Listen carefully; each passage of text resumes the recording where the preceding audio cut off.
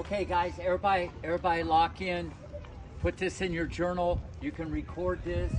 This is like gold on gold because, as we know, tennis is all about movement. It's all about movement. How many of you guys, we've talked about this before, how many of you guys want to get quicker? How many of you want to get faster? Okay, now, I'm going to tell you the best way to move better on the court. And you got to remember this forever and ever and ever. Number one, okay, it's all about anticipation. It's all about anticipation. Now, a lot of people can say the word, but what does that mean?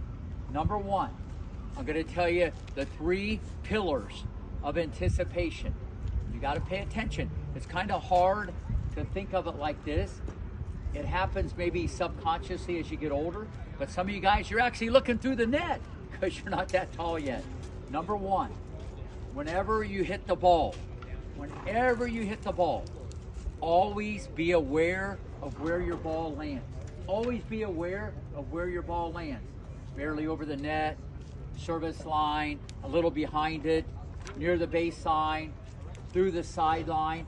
Always see where the ball lands, okay?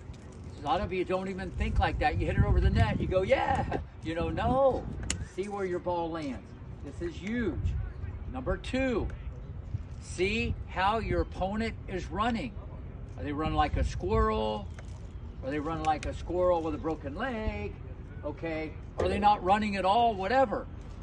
Okay. Very, very important. And then when they run, okay, see how their body is. Are they starting to lean over? Are they getting there perfectly balanced? So you see where your ball lands.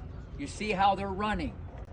And the next thing, and it's never changed since the beginning of time playing the game of tennis, the angle of the racket. The angle of the racket doesn't lie. A lot of you guys aren't even thinking like this. Always look at the angle of the racket of your opponent, all right? Whether they've kept the same grip, whether they changed to a continental, whatever. Look at the angle of the racket. It doesn't lie. Number 1, see where your ball lands. Number 2, see how your opponent's running. Number 3, look at the angle of the racket. Now, the wild card on top of all that is who you're playing. Because some people have a little more versatility or a little more option depending on their skill level. But I'm talking generally as a rule of thumb. These are the most important thing. So if you want to get quicker, raise your hand. If you want to get faster, raise your hand. You got to get smarter. Listen, I've had many people, unreal quickness, unreal speed, unreal genetics, and they moved okay. And I've had other people, good speed, good quickness, good genetics. They knew where the ball was going even before you hit it. And I can show you many people on the pro tour like that. Tennis is about percentages, and you got to feel the temperature. But this should be the number 1 priority. Here I am telling you guys right now, forget fitness, forget jumping rope, running up mountains, lifting weights, push-ups, sit-ups, forget all that for a second.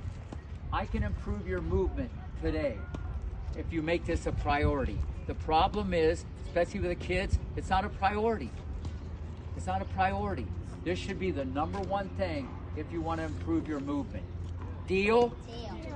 One more thing to say. On 3. 1, 2, 3. Bang!